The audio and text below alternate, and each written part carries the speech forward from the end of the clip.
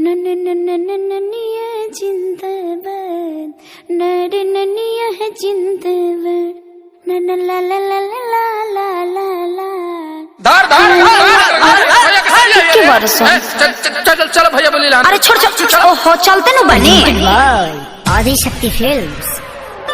न करी बरियारी जी तू रब पिचकारी जी के जाल फेकम रउआ के तन न फंसे ये बरारी जी ए महंगा पलहंगा न लटाई घाटा लग जाई भाव उचित बताई छौ बहनी कराई ताजे तना रुपिया कहबू तो हके वो तने रुपिया दे सुन साली हो अब हवा ऐसे पसेरी 2 रुपिया हो 2 रुपिया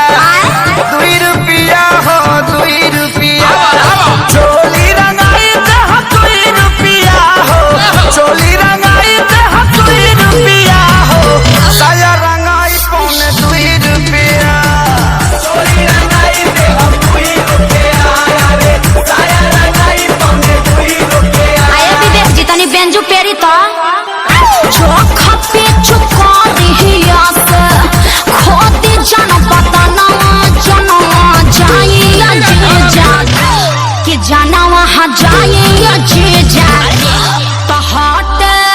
दोसरा के धनवा जन वहाँ जाइया जे जा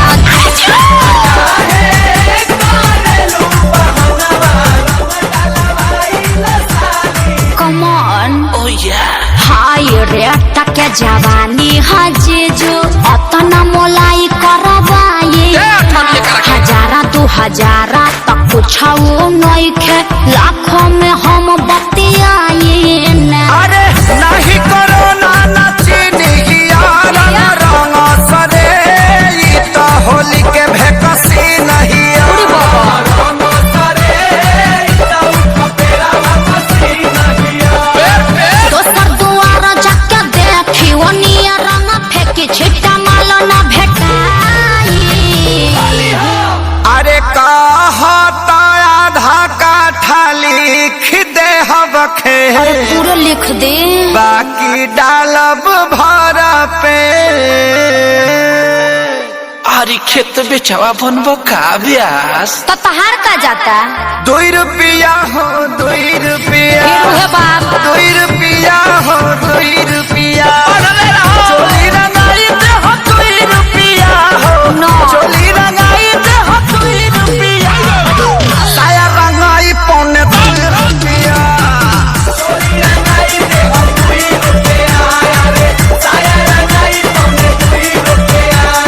अरे जीजा जी हरा सोहरा है पानी सबके खजाना पर बहची जहाँ तूने हम अरे कौन पानी भरता रे बड़ा पानी का बढ़िया देव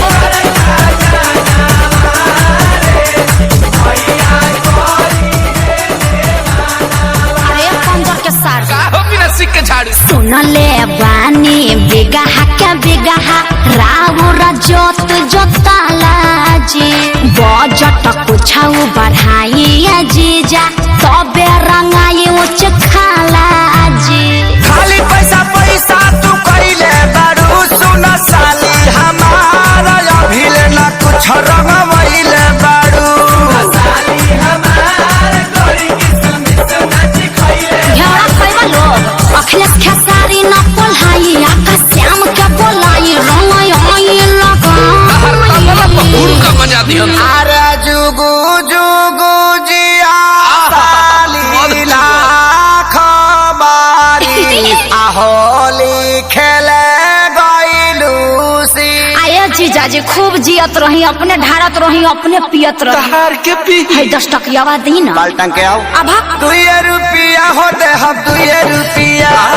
2 रुपिया होते हम 2 हाँ रुपिया तो होते ये जो चोली रंगाई दे हम 2 रुपिया हो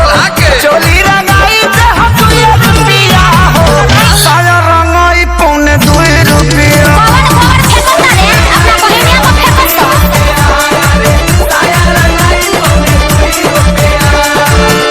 लहई चरनिया चोली किन के राज करो अपना हिट मशीन जीजा जी पर नाज करो।